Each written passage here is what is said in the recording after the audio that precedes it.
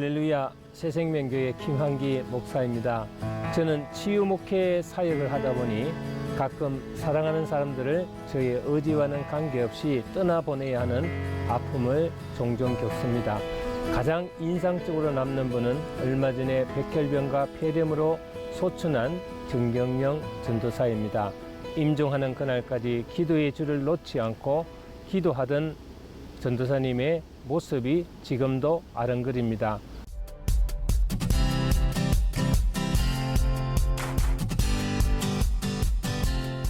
누구나 마지막을 맞이했을 때 하는 말은 거의 비슷합니다.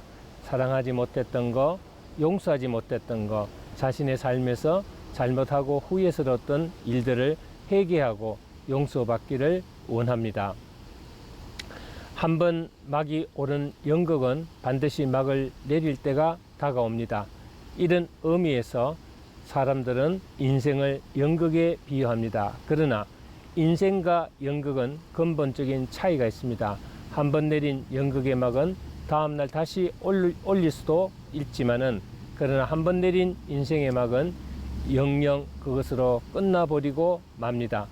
보다 더 큰 차이는 연극의 막은 언제 내릴지를 출연자나 관객이 모두 다 알고 있지만, 인생이나 무대의 막은 언제 내릴지 그 누구도 모른다는 사실입니다. 우리는 성경을 통하여 그때와 시간의 중요성을 잘 알고 있습니다. 전도서에는 무엇이나 때가 있고 시간이 있다는 사실을 3장 1절 3절 통해서 말합니다. 천하의 범사가 기한이 있고 모든 목적이 이룰 때가 있나니, 날 때가 있고 죽을 때가 있으며 심을 때가 있고 심은 것을 뽑을 때가 있으며 죽일 때가 있고 치료시킬 때가 있으며 헐 때가 있고 세울 때가 있으며. 그래서 전도서 기자는 전도서를 기록하는 첫 장면 1장 2절 4절에서 유한한 세상을 가리켜 이렇게 고백합니다. 전도자가 이르되 헛되고 헛되며 헛되고 헛되니 모든 것이 헛되도다.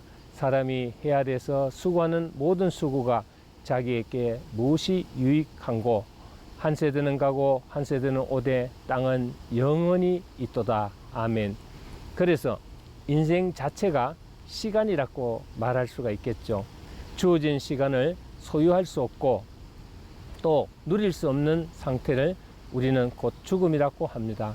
우리는 우리의 임의대로 시간을 사용할 수 있고 원하는 대로 때를 정할 수도 있습니다. 주어진 시간을 유용하게 보람있게 가치있게 쓸 수도 있고, 허망하게 자기 멋대로 허비하며 무익하게 허송세월을 보낼 수도 있습니다. 그러나 결코 인간에 의해 조절되거나 결정되지 않는 시간이 따로 있습니다. 그것은 하나님이 우리에게 허락하신 시간들입니다. 얼마 전 어떤 분이 저에게 상담을 하고 싶다며 전화를 했습니다. 그런데 약속한 그 시간에 오지를 않아서 전화를 해보았더니, 전화했던 그날 저녁에 동네에 있는 마트를 다녀오다가 교통사고로 죽었다는 것입니다.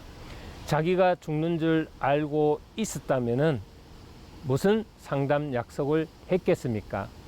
단 하루도 어떻게 될지를 모르는 것이 우리의 인생사입니다. 인간이 알 수도 스스로 정하거나 변경할 수도 없는데, 오직 하나님에 의해서만 결정되는 때를 가리켜 카이로스라고 합니다.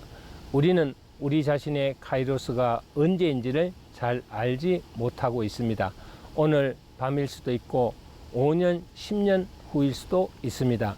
그러나 중요한 것은 내가 의식하든 못하든 상관없이 인생이란 무대의 막은 마지막 카이로스를 향하여 달리고 있습니다. 이것은 어느 누구도 예외일 수가 없습니다. 불로초를 먹고 자양강장제를 먹는다고 오지 않는 것이 아닙니다.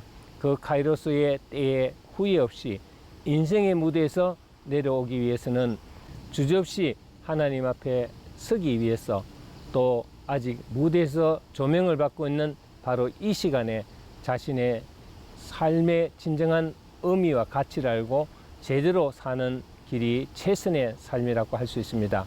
오늘 본문 35절에는 빛이 있을 동안에 어둠에 붙잡히지 않게 하라.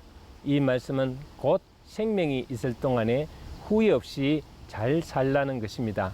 어둠에 붙잡힌 자는 결국 자기의 인생이 어디로 흘러가는지를 모르는 무지한 자의 삶이라는 것입니다.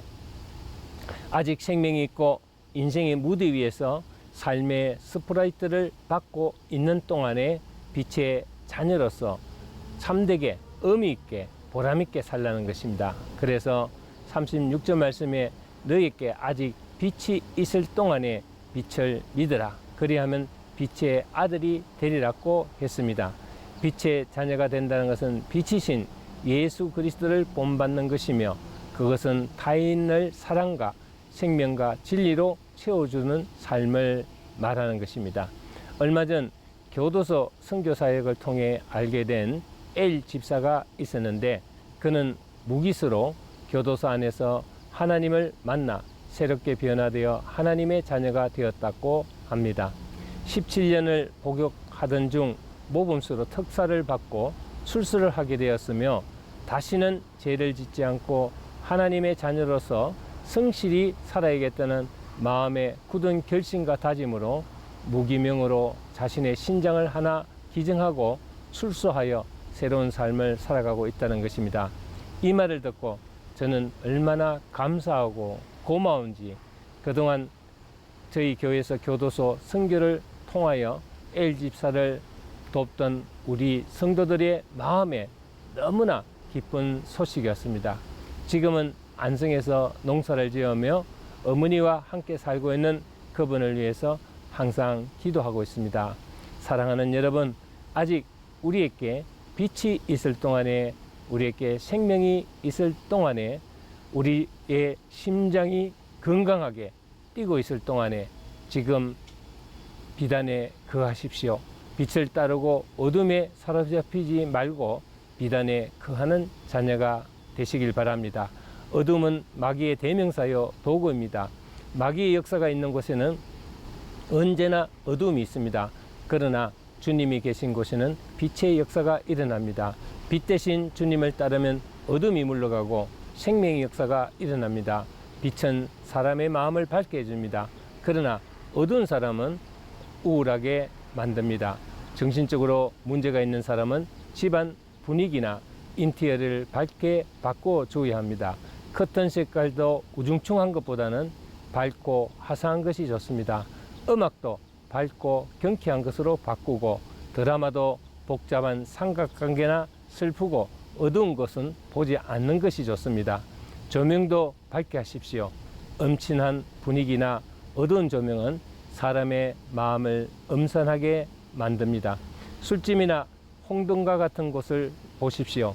마귀는 어둡게 하는 것이 특기입니다. 심령을 어둡게 하고 환경을 어둡게 하고 세상을 어둡게 만듭니다. 그리고 그것을 활동 무대로 삼아 활동합니다. 그러나 내가 빛을 따르고 빛을 믿으면 어둠의 세력은 물러갑니다. 왜냐하면 빛의 세력이 더 강하기 때문이죠. 우리에게 다가오는 카이로스는 언제인지 모릅니다. 하나님이 허락하신 시간을 헛되이 보내지 말고 빛이 있을 동안에 정말 보람있고 가치있게 살다가 가야 합니다. 그래야 내 인생의 무대의 막에 내려와도 후회스럽지 않은 삶이 될 것입니다. 오히려 기뻐하며 그 무대를 내려갈 수 있을 것입니다. 이 땅의 빛은 잠시 있다가 사라질 빛들입니다. 그러므로 빛이 있을 동안에 어둠에 붙들리지 말고 기쁘게 보람있게 가치있게 살아가는 빛의 자녀가 되시다. 생명이 있는 동안에 내가 사는 동안 빛으로 살아갑시다. 감사합니다.